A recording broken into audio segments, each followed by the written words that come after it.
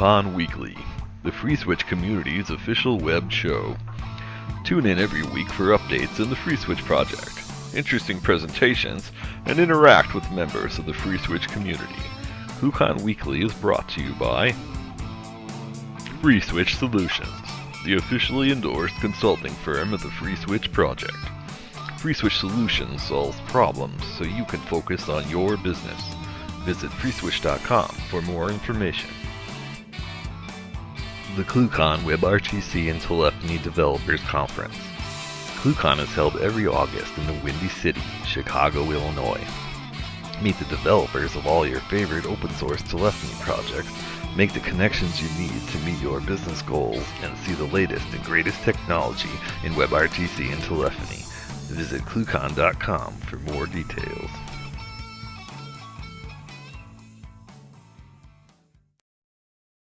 All right, guys, welcome to ClueCon Weekly. Today is April 6th, and we'll have Chad Phillips joining us talking about auto FreeSWITCH deployment and some other bits here in just a minute. Mr. West isn't here today, so just a quick update on ClueCon, and Kathleen will have some more on this in a minute. Registration is open. If you haven't signed up for ClueCon yet, go ahead and get that in. If you want to do buy now, pay later, you can sign up for that today. You'll get an invoice that's not due to the first week of July, so that will fall firmly into the third quarter for you guys that are having to deal with corporate bean counters. So go ahead and sign up today. That lets Brian get all the counts that he needs for that. And also, keep following at ClueCon on Twitter so you can see all the announcements that Kathleen is putting out. There is an open call for APIs for sponsor APIs. Kathleen will cover that more here in just a moment. I think that's all I've got this week. So Kathleen, how are you doing? I'm doing really well. This week we had a number of awesome new features go in, but the most work went into adding translations to the Verto Communicator application.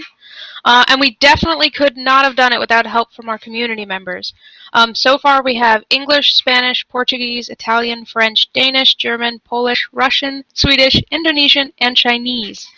So if you speak another language that I did not just list and you would like to see that language available, please submit a pull request with the translations and we can get that merged in. And yeah, ClueCon's coming up, so if you haven't registered for ClueCon, do that. We do have the buy now, pay later option. If you haven't signed up for speaking and you would like to, please submit your proposals as soon as you have them available. We like to go through and sort of get as many of the best proposals as we can together. And then APIs. We need, and we have a call out for sponsor APIs for the Coder games. If you would have an API that you think people would like to play with and could maybe create something cool, submit it to either Brian at freeswitch.org or Kathleen at freeswitch.org, and we will get that included. And we can see what fun things we get to create with some sponsor APIs at ClueCon. And I think that's it for announcements. Yeah, and Kathleen, don't forget that as part of the hackathon this year, we are doing IoT and hardware. So if you guys know of IoT-ish open hardware that you'd like to see there for the hackathon, somebody that makes that kind of stuff, let us know. Let me, Kathleen, or Brian know, and we will do our best to get them to show up at ClueCon and bring some toys for everybody to play with. So that's definitely happening at ClueCon this year, so you guys come on out. And don't forget, the sooner you register, the more tickets you'll have for the drawings, and sooner you register and for your ClueCon tickets. Of course, always we do more drawing, entries into the drawing for the door prizes. And this year, I know our biggest door prize so far is a 3D printer kit. So I know a lot of people like those. So we do have a 3D printer vendor that will be coming. We'll be making that announcement here before long on exactly who that is and what they're bringing. So you guys definitely want to get in on that. I know I want to, but I'm not allowed. So anyway, we've got Chad Phillips with us today. Chad, how you doing? I'm well. I'm ready to go. A little nervous and excited at the same time. Yeah. So what you want to tell us a little bit about yourself and what you got to show us today? I do, and I want to do something first, which is just sort of set the context for the goal. One of the goals of my presentation is by the end of the presentation, I want to have a fully running a FreeSWITCH server with video working from scratch, like from a bare server install. So I do want to talk a little bit about the history, like how I got to where I am in the project, and a little bit about myself. But because watching a server build itself is kind of about as exciting as watching a cake bake, I figured we could get that started real quick, and then I'll just show you the few steps to actually get that started, and then I'll circle back around and I'll talk about the project, and we'll go into more detail and such. So if you could pop that screen share up for me, Ken, let's just do this first step here real quick. And I'll go into more detail about this stuff. I'm just going to kind of whip through it so you can see how easy it is. So right here this is just a bare Debian install. The only thing I've done is popped on SSH access and set the host name. And I'm going to, the first step in this process is just to upload a bootstrap file to get the FreeSWITCH Kickstart project going. So I've uploaded that, and then step 2 is obviously to run it. So let me go ahead and do that. So while that thing's going, if you'll pop me back on the screen, I'll just talk a little bit about the project and my own history with FreeSWITCH. So I started using FreeSWITCH in about 2008. And I knew it was before there was any official release. I was playing with it, and I believe that the very first release that I ran in production was 1.0.4. It was way back in the day. And back then, I was way more into, like, I had done a lot of custom scripting with Lua, and I think at the time I was kind of considered the Lua expert in the community, which probably mostly was due to the fact that I was the only one who actually read the programming in Lua book and knew, about the ins and outs of the language. So that led to, over the span of a couple years, somebody asking me to write a replica of Asterisk Comedian Mail using Lua, which I did, and it still works today. The project is called Jester. I think we can probably post a link to it, for the replica of the conference. And it is basically a drop-in replacement for Comedian Mail in FreeSWITCH. So that was sort of the big project I'd done in the past. And then I kind of went silent for a long time. I didn't do a whole lot in the community. And a few years back, I started getting into this stuff we're going to talk about today, the server configuration management, and really began loving it. Didn't have to do anything manually anymore. And then last year, I started a project that needed video, and I knew FreeSWITCH was coming out with their video branch. So I took the server configuration stuff and was working towards getting my installation automated of it. And then it occurred to me, like, man, almost everything I have just done is something that somebody is going to have to do anytime they set up the latest stuff in FreeSWITCH, either in a development environment or in production. So I just took a few extra steps, and it was actually fairly easy to get that working for just anybody that wanted to use it. And that's kind of where the project came from that I'm going to show you guys today. So let me see if we're So Ken, if you'll pop the screen share back on, we'll get this the rest of this thing going. So the bootstrap stuff is over, and the next step, which I'll go into more detail. Let me just get it going here. But I'm gonna copy some files up that we need, that the Kickstart stuff needs. They're really just mostly it's just SSL certificates and a couple of configuration files for Salt. So I've gone ahead and copied those up. And then the only other thing to do, start a tmux session so we don't lose anything, is to run the salt command to execute the rest of the process. So it's pretty simple. Salt call state high state, and that thing's going to go and do its thing. And I think it's going to take about 30 minutes probably to do that. So we don't want to watch that. So I'm going to go ahead and pop my screen sharing off, and we can talk a little bit more about the project itself. Let me switch real quick. Just want to get a little bit nicer presentation up of the screen share. Yeah, that'll work. Can y'all see that? That's just it's a Mac Vim. It's a little bit nicer to look at the top. Hold on just a second. Okay, cool. Let's see here. Let's get this back in the right mode. All right, there we go. Okay. Cool. Pop me back up for just a second. I'm sorry. I thought you did say it would be a good idea to talk a little bit about server configuration management, and the basic tools. So I pulled it. So what is server configuration management? This actually a definition from, it might be an old definition, but from Puppet Labs. Puppet is one of the more common configuration management software that's out there.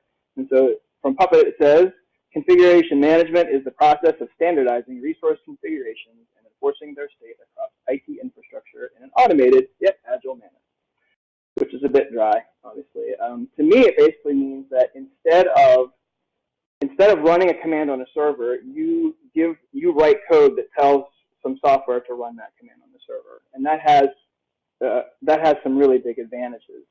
The top three that come up for me are that it can give you a lot of consistency across your development, staging, and production environments. You have a lot higher degree of confidence that you're running servers that are consistent. Another one is that it really, for me, it's made it such that if I don't really worry about my servers crashing anymore, because as long as I have data backups, I have a completely automated installation for my servers. So it really becomes no more difficult than a kind of a glorified version of rebooting my laptop. That's another advantage. And then the final one is that it really very precisely and clearly documents everything it takes to set up your server, which is great because you can refer to it, and if anybody else needs to maintain your infrastructure, it's quite easy to hand it off to somebody because it's all quite clearly documented. So that's sort of the big picture on server config management and why at least I think it's useful. The specific one I've chosen for the project is Salt. Salt's a bit of a newer one. They all seem to do a great job from what I've read.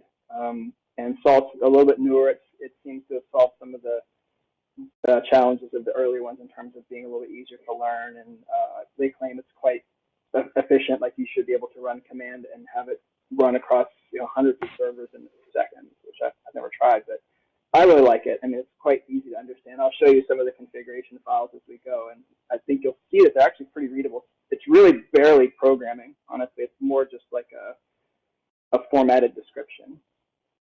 And then for the development stuff, I use Vagrant, and somebody here may be able to do a better job of describing Vagrant than I would, but it's pretty much just a really handy tool for developers to be able to run virtual servers in their local development environment. It just makes spinning up and spinning down servers that are pretty much the exact same that you would be running in production right on your laptop. And it's been really nice for me. I mean, I've spent too many years trying to get FreeSWITCH and other software running on my Mac laptop that had different, idiosyncrasies than the Linux servers that I was running, and now I just don't do that anymore. I just use Vagrant with VirtualBox, which is sort of the thing that they have built it on top of that allows me to run any Linux system that I would run in production right on my laptop. It's really great. So if you haven't tried it, I think in the links after the talk we'll post. I wrote a quick start, like a Vagrant quick start blog post one time, and it's like it's the minimum I could think of to get people to try Vagrant and up to speed on it.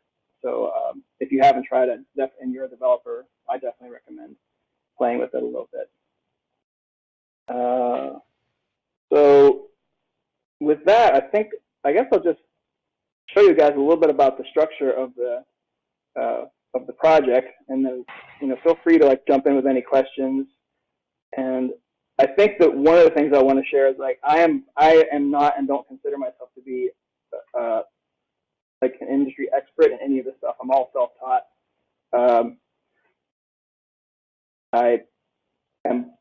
I'm sure there's things that I don't know, and I'm happy to have anybody correct me or offer things that are refinements even during the course of the presentation. Please go for it. So there's a couple different main sections to the project. The big one is the Salt configuration, and the naming in Salt is a bit odd. It actually makes things a little bit more confusing. It's one of the few things I don't like about it.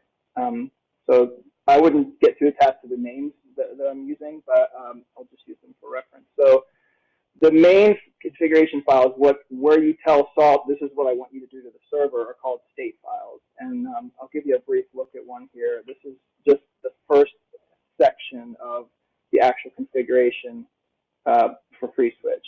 And to me, this is actually quite readable. The very first step, so the whole file is called a state file, and each one of these is just, I think they call it a function or something. So it's just a step that you want Salt to take to make something happen on the server. And the the strategy is where the idea is that you want to tell Salt how you want things to end up. So you're describing the final state of the server, and then the Salt's job is to take what you've described, check on the server to see if it matches that, and if it does, don't do anything. But if it doesn't, then to do whatever it needs to do to make it that way. So, first couple of steps, I'm creating a user and a group for FreeSWITCH, and then I'm installing the video dependencies, and on down. And there's quite a few. I'll just scroll down slowly. You can see there's quite, even just in the FreeSWITCH portion of the server configuration, there's quite a bit that goes on, installing the SSL certificates, ensuring all the directory structures are in place. I do a few customizations to the configuration to make it work out of the box, et cetera, et cetera. So those are the state files. And then to give you a little bit of added flexibility on top of those state files, Salt has something they call pillar configuration. And the pillar stuff is really just another set of descriptions that allow you to drop instance-specific variables into the configuration. So in the FreeSWITCH Kickstart project, I have 3 different configuration files. One is a common that allows you to declare things across all your different environments. So in this one, I just have all my servers are going to run in America and Chicago, and they're all going to use this particular revision of the FreeSWITCH master branch. That's what they'll check out to build FreeSWITCH. And then there's some environment-specific stuff I think here, let's see. That's just an example of what the production one would look like. So yeah, I can configure which SSL certificates are going to go on this particular server, what port I want SSH to run on, etc.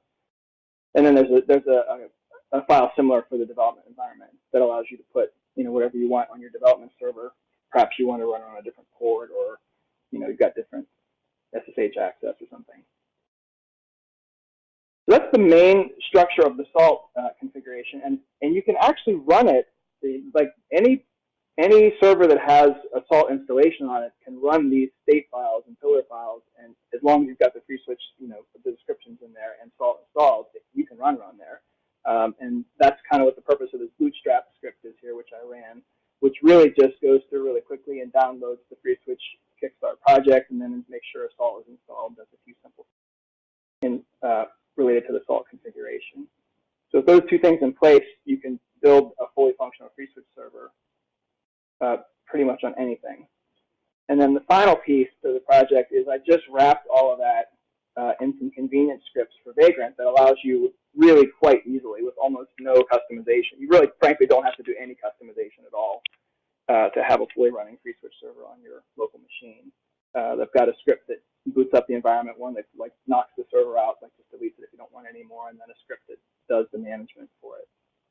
And then a very simple settings file. I'll show you guys the example that allows you to do things. Again, just common stuff like you want to determine where the virtual machine lives, or where it will install the FreeSWITCH checkout, which repository and branch you might want to pull FreeSWITCH from, etc. So some customizations that allow you to have it the way you want it. And that's really it. I mean, it's pretty simple. A lot of the complexity was just in the minutia of going through and getting every single step to work correctly, so that I could just run it and then have a fully functioning FreeSWITCH server at the very end. So I guess, Cam, why don't you pop back on screen? I think, what's that? I've got a question for you, and maybe you could hit it a little more in depth. One of the things that I noticed you were doing in there is setting up, looks like the SSL certificates and such for, for Verto and that kind of thing. Can you touch on that a little bit more in depth on what you're doing here with that and how that works? Yeah, let me see. I mean, I think so. I mean, one of the nice things about it is I can just literally refer to what I'm doing. I mean, it's a screen share still on. I think this is the section that describes it. So I ensure there's a certificate directory, and then if there were any previous SSL certificates, because I had situations where I was switching SSL certificates, and I'm like, well, why the hell should I do that by hand? I'll automate it. So there's a step here that cleans out old ones if they're there. And then I just basically compile. These next few steps here are just compiling the correct certificates that you need. And I think for FreeSWITCH, there's three of them. Is that right? There's an agent, a chain file, and a WSSF file. And all the keys and such have to be in a specific order. It won't work. And so I just sorted all that in the description for in the salt state, and it just handles all that automatically. It also handles it automatically on the Apache side. So there's one place you drop your key, your certificate, and your chain, and then Salt will take those, and for Apache it sets it up correctly, and for FreeSWITCH it'll combine those and make the appropriate PEM files and put them in the right place also. It's really nice, actually. The hardest part, honestly, for a production server is like just getting the certificate, right? And actually ordering the thing and going through whatever their process is. Yeah, so how does that handle when you have certs that don't require the chaining file? Because there's a lot that do, but there's also a lot that don't require the chain file. So you only need to include the chain file on certs where you have to have it. Right. So, all it's doing is simply concatenating them. So I imagine if you just if you just used an empty file for the chain file, it would work. I haven't tried it. And that's one of the things, that's a perfect spot to say, this is like a first iteration of this software, and I really would love it if people would A, benefit from it, and B, would say like, hey, I want this piece of it, and it doesn't work, it could work better, so to submit a patch to the project, or even just to, ping me in IRC or somewhere and say like, hey, maybe this can work a little better. And I'm feeling very open to the idea of like having it be a community iterative process. I really think it's crazy that somebody would spend an hour or two going through all the steps on the FreeSWITCH wiki to set up a FreeSWITCH server when you can run this and go grab, you can go hang out with your friends for an hour and be back and it's working. So I am all game. I am all game to make it as badass as possible. And this was, to me, this is sort of the minimum I needed to do to just make it work. Yeah. Makes sense. Yeah. Makes sense. Cool. So right now, just as an update, the cake is doing fine. We're at it's compiling FreeSWITCH right now, so we're getting in there, getting to the area where we might be able to try it out. And I feel open to questions, or if there's anything more general we want to talk about in terms of configuration management or whatever. Okay, so on using Salt here, so I basically have done the same thing with a generic shell script and good old-fashioned dialogue that works on Debian and on Raspbian. So this looks a bit more complex. How long would you say in total man hours have you spent working on the Salt stuff here to give everybody an idea? You just mean on this project or total? Yeah, just on this project right here to get FreeSWITCH installed. Yeah, it's certainly way more than 10 hours. Probably somewhere between 10 hours and 50 hours. And that's a lot of goes from clear on to like when I read the documentation to making my first efforts to like, that didn't work, let me try this, iteration instead, to like debugging any edge cases that Salt itself threw up, to refining it to make it so that certain things that didn't seem as automated as I would like for example, spinning the SSL certificates was more automated. So it's been a pretty long process. I can't say with complete confidence that I spent 50 hours, but it wouldn't surprise me if I spent 50 hours. Yeah. Honestly. Well, it's part of the learning process and everything. Yeah. No, that totally makes sense on this. So now, is there any other features that you don't have in here yet that you plan on adding in the near term? Oh, good question. The SSL auto certificate cleaning was the one I added most recently. The layout, just the way where everything is placed is a little disparate. Like there's one place you upload the configuration files, the Salt configuration files. There's another directory you upload the SSL certificates to. It'd be nice to clean it up just so that it was really, you just run this one script or do this one thing. If you were to look at the install instructions, they're pretty simple, but I could probably streamline it a little more. Beyond that, my goal was to make it such that it installed and compiled FreeSWITCH and got Verto all set up as well, so that somebody could just be ready to go with video.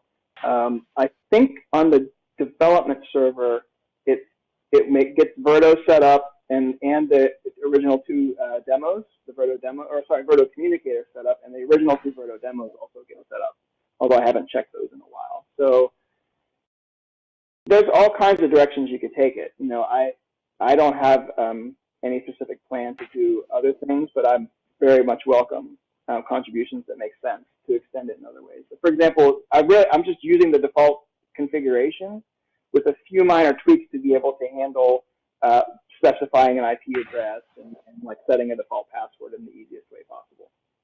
Right. Looks like we lost your screen share for a minute. Oh yeah. Well, I think we can probably stop sharing now. We can start it again if we need to. But I think I've showed you basically everything there was to show on the code side. If you have other questions, I'm happy to answer them.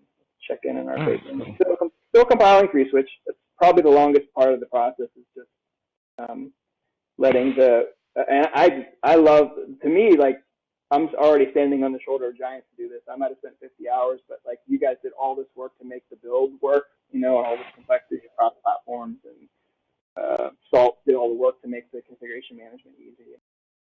To me, it's just taking one more step to kind of glue it all together. Yeah, so that makes total sense. Now, is there a reason here that you chose to do build from source instead of using, say, the Debian packages? Yes, there is a reason, and the reason is because I wanted my own installation. There's two reasons actually. One, I wanted my own installation to build from source, and so I was just coding to my own needs. But more importantly, I think I'm hoping almost, I would say one of the, well, I don't really know which one's going to be used more, but I envision that if people want to be able to knock up a development server to actually hack against FreeSWITCH code, this would be a super easy way to do it, to get people involved in the community and like, hey, you want to hunt bugs and you're a C programmer, or you want to learn how to do that? Like, great, like, you know, here's your way to get FreeSWITCH up and running and no problem, and then you can immediately turn around and begin hacking through the code and making patches and stuff. So if I were to build it from the Debian packages, it would have completely eliminated that particular vector of benefit, I think. Possibly. Yeah. Yeah. So yeah, no, that's cool. No, I can understand. Feature, right? Like to be able to install via package or source could be a future feature. I've always built from source. I've never used the packages, so it wasn't something I had any motivation to do. But it totally makes sense that could be another feature of it. Yeah. And I think I cut you off, Ken. Sorry. Yeah, no. I mean, I totally get it. I mean, I build from source all the time. Also, being you know, I am one of the core team dev, so I have to do that. Right. But also, I still install from packages a lot. Also, because I found that on a fast box, it still takes 4 or 5 minutes to build from source. Or that's what I get on my boxes. But I can install from packages in a lot less time than that, depending on how much bandwidth is available at the site. So, it can be different. And because as we've been doing more packaging, we're actually, it's known for us, it's well known, and we've got some scripts and stuff that will be making appearance before long. It's where we can grab the source, even though you've installed from packages, and we've already got it figured out on how to build from source, so we can, if we need to do a live patch or something like that on a production server, God forbid, we can do that from source and get a patch out there without and test it without having to completely change environments on us. It's the same thing. It's built from the same spot. It's just a patch. Right. And get it in there.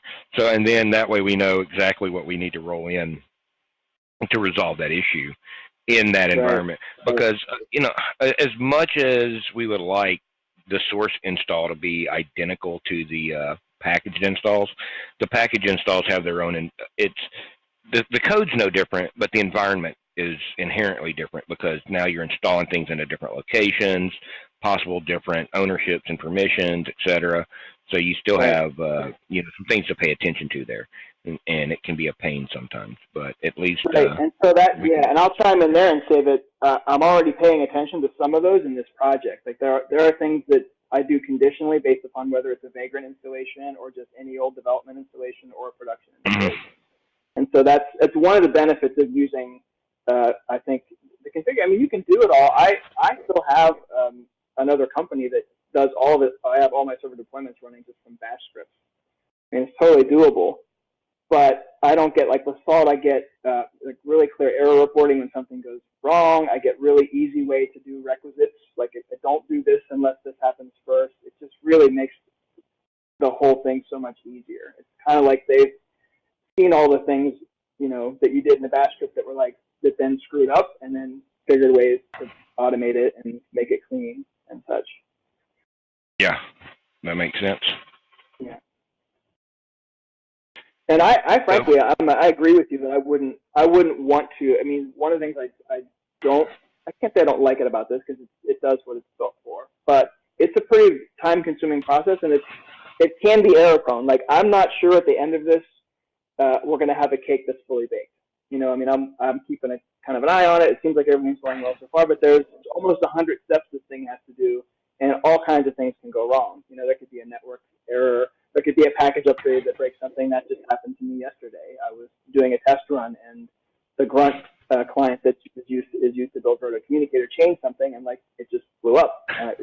None of that stuff worked. So here's me crossing my fingers. So yes, of course, if there's some way, if you're talking about deploying hundreds of servers, you wouldn't want to run this every single time. You know, you would do it in a virtual machine image on Amazon, or you know, put it in a Docker container, which I've never done, but I hear that can be a really powerful way to roll a bunch of things out. Yeah. So yeah, I'm totally down with you. And on the Vagrant side, there is a way. Like, I think the biggest feature that I'd like to see going on in terms of the developer side is to do what I call it, sort of like a base build that does all the things like Apache configuration, firewall, whatever, all that stuff. And then upload that, because Vagrant allows you to like put things into, like, build a box and then just upload that to some public place, and somebody can download a fully working box with that all built. And so the only thing that it would do is download that box and then probably just build FreeSWITCH on top of it. So there would be a lot less points of failure for that. So to me, there's always a way to like look to optimize more. And your ideas about the package management have me thinking about that on multiple levels. Cool. All right. So does anybody have any questions for Chad?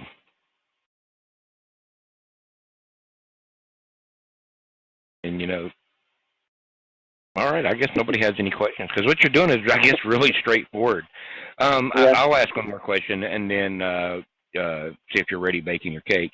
Have you looked at using, say, Let's Encrypt to auto-handle the certificates for you? Yeah, cool question.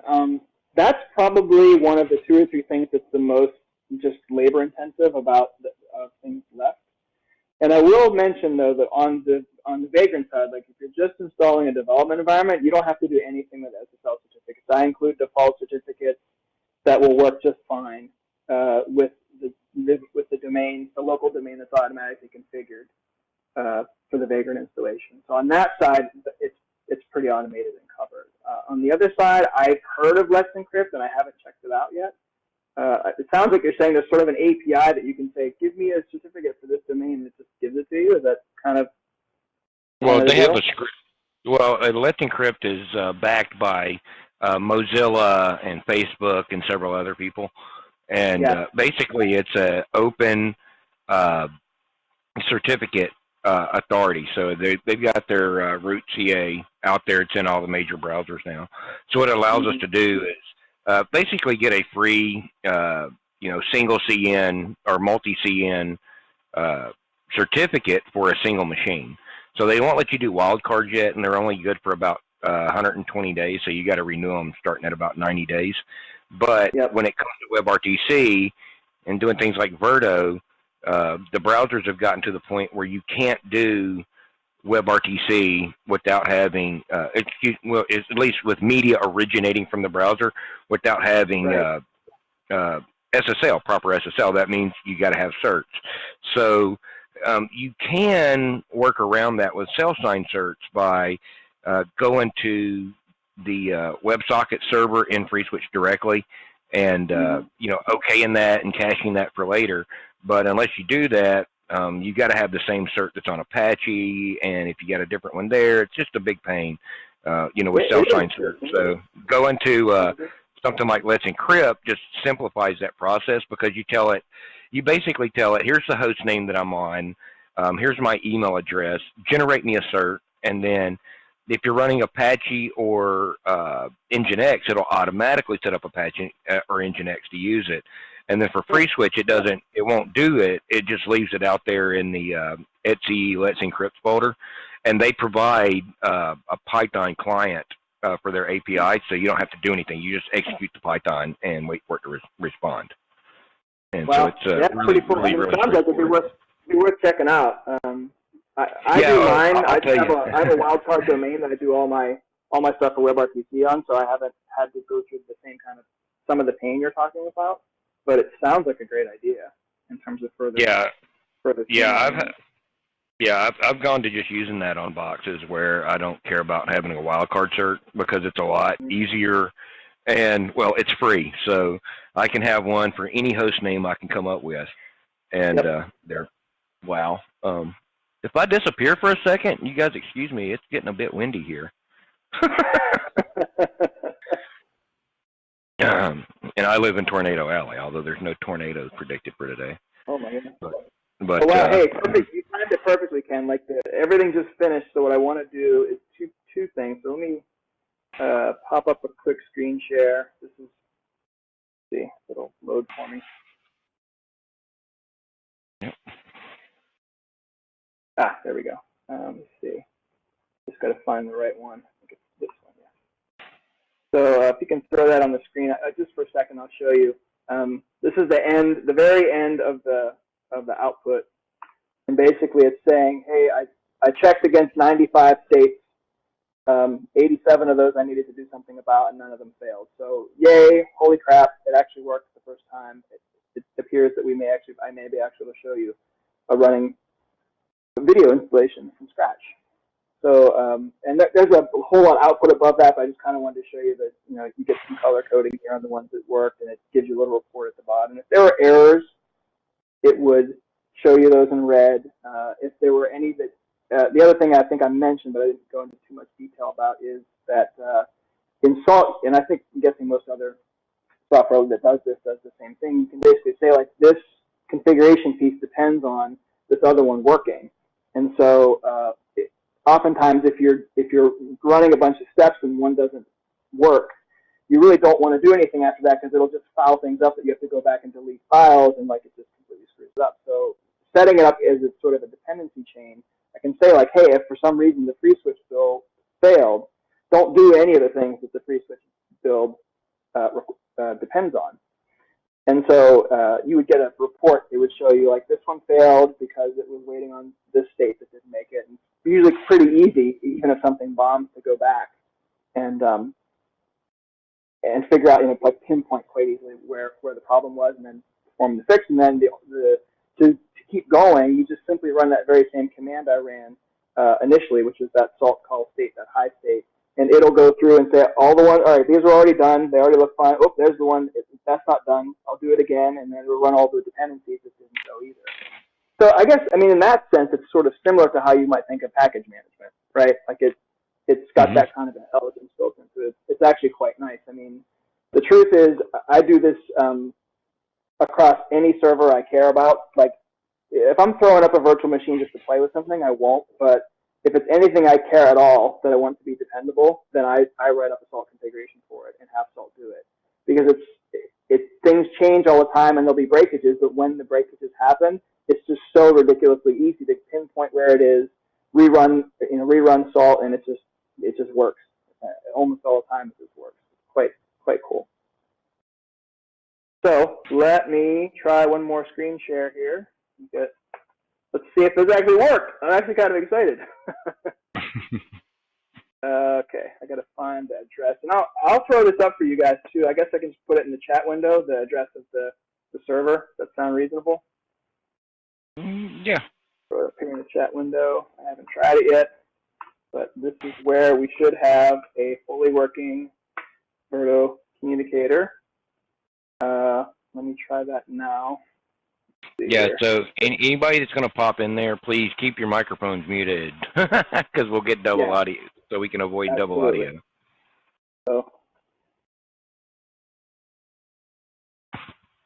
yep, looks like it's working to me. I'm just going to go into 3500. And bam, I'm in. Anybody else get in there? Looks like it is working. Woohoo! It's really straightforward. I love it when demos work. Like I definitely fear the demo demons, you know. Yeah, well, I mean, that's one of those things that happens. It never fails. Yeah. Yep. You got to do the demo and something blows up. Yep, exactly. I just want to add real quick.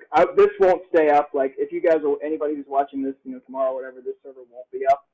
Just because I knocked it up for the purposes of this demonstration. But it's kind of cool to see it work. Cool. So that took.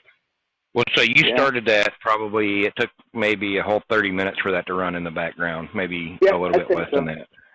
Yep. And I'd say the three major pieces that take the time are building FreeSWITCH. It probably even takes as long or a bit longer to install the dependencies. There's just like 700 of them or something on Debian, right? So installing all the video dependencies, building FreeSWITCH, and then building Verto takes a couple minutes. The rest of those things happen really, really quickly. Yeah. So if you were to install FreeSWITCH from packages, this would be way faster. Way faster. Yeah. Well, it depends. So it really depends on what I found when you're installing all those Debian dependencies. It depends on what mirror that you're hitting. So I'm crazy enough that I keep a local Debian mirror here, and that's only about a terabyte. But it doesn't change that much. It only took me a couple of days to pull it down initially, and then I rsync it religiously on a cron job. So that part can actually go pretty fast.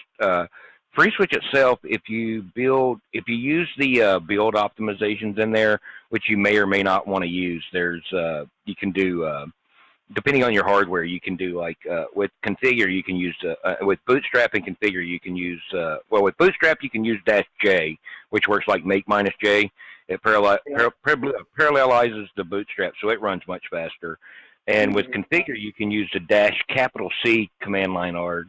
And because the way it runs reentrantly, it'll save the results of the earlier test and reapply those in the later test in a cache.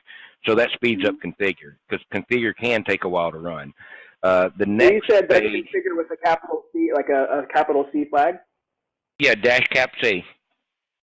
Okay, cool. Yeah, I already run the J with the bootstrap in my project in the Kickstart, but I haven't been using the C for configure, so that's cool. Well, we actually got a cache out of this little stuff. Yeah, and then you can actually make -J also, provided you have sufficient RAM and cores in the box. On my test box, and some will say it's arguably a bit excessive hardware for a test box, but it's a 12-core, 48-gig box, 24 with hyperthreading turned on. So I can run bootstrap -J, configure -C, and make -J in about 4.5 minutes. So how that compares? Now that's with all the prerequisites already, installed from a clean tree. So that's pretty fast right there. Now, as comparatively, without using the -J flag on make, that build can easily take 15 or 20 minutes on the same box because it's just not parallelizing everything.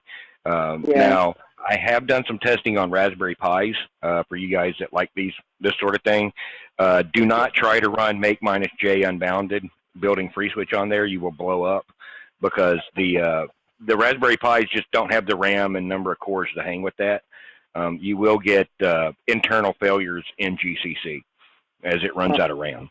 So it sounds like the bootstrap argument and the configure argument are relatively safe to run across almost any build environment. Yes, they are.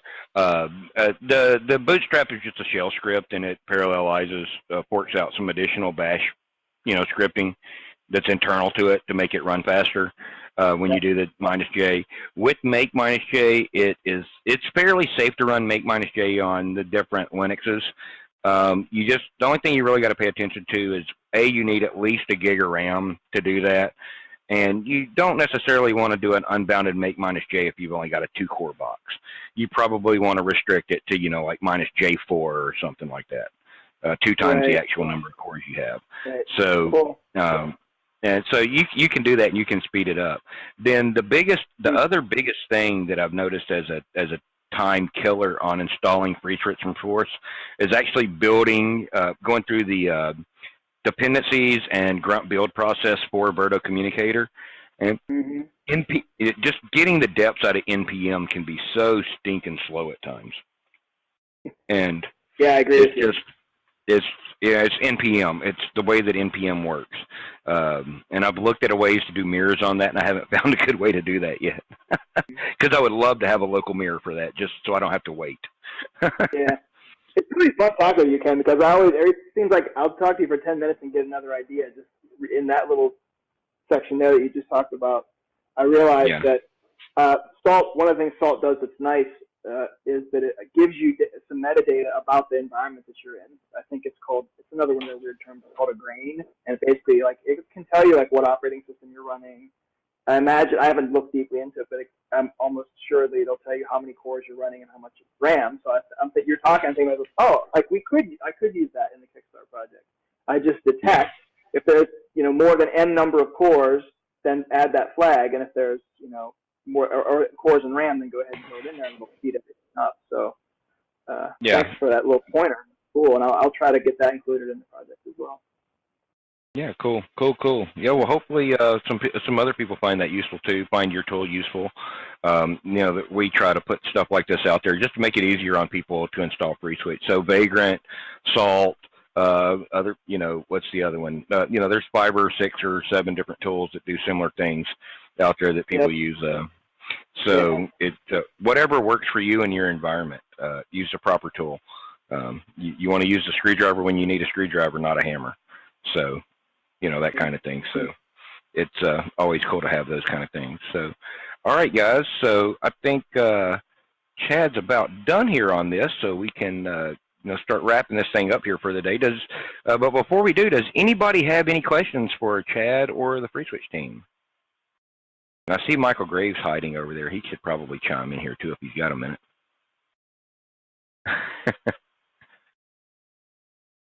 All right, guys. Well, I see no video. You went video mute. You went mute. It looks like, Michael. There you go. You're on your Polycom. Yeah, but I don't see you guys. Really? Yeah, we saw your Polycom mute there for just a moment. I wonder what's going on. Because we don't see me either. I wonder if my bandwidth just went to crap. I should say, reflecting a few minutes back to your conversation about Let's Encrypt, I'm having a good experience with it. My preferred web host did a beta integration, so it's like 1, 2, 3, and you're done. Yeah. And I'm actually getting to the end of the first 120-day period on it. And basically, their integration sort of automatically generates new certs as necessary.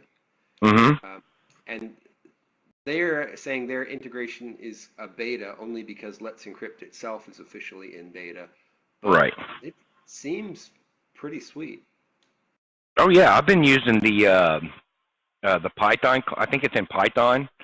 Their client that they have posted on GitHub, and man, that thing just rocks. I've got some of my birth certificates, have reached that renew period already, and I just reran the client, and it just re-updated everything. It was totally painless. So, and then getting it to set up the web server the first time around was totally painless. So the only thing was just making sure that I was telling it the right host name for the server, that something that's actually in DNS. But once you got that part generated and configured, and if you're doing web hosting or WebRTC stuff, you should know that ahead of time already. So it's pretty painless. I thought it was pretty cool. Yeah, there's only one browser that doesn't have the root certificates, and that is the BlackBerry browser. People still use that? Apparently, I had somebody from Canada saying it didn't work. That's funny. Yeah, well, I'm surprised they haven't updated that yet because everybody else is seems to be throwing their weight behind it. I think it's a good idea. I think the way that they're doing the open signing log on that, where you can go see, who applied for these certificates and who's, how they were signed and all this other good stuff, I think is really cool. And I think it's pretty cool the way they're doing the revocation logging on there. So you can really, there's just open logs on who's getting this sort of thing. It's not all secret hush hush. So like some of the other people are. So it's pretty cool. So, all right, cool, guys. Well, let's just go ahead and wrap up the recorded portion of this today. We'll be back here next week. We will have Miss Mira from Zoiper joining us. Probably have some of the other guys from the Zoiper crowd. They'll be here on April the 13th at 1 p.m. Eastern, which will be noon Central, or what is that, like 10 a.m. Pacific in the U.S. time zones. So you guys join us back here. Watch on the FreeSWITCH Twitter or ClueCon Twitter for the link that will appear for that on YouTube, or you can click the subscribe button right down below here, and you'll get a notification when that's coming up. So guys, check out our other videos, and also don't forget to visit ClueCon.com, get your ClueCon tickets, and come out and see everybody that'll be coming to ClueCon this year, and watch for those more announcements on that. And we will see you guys next week. Thank you.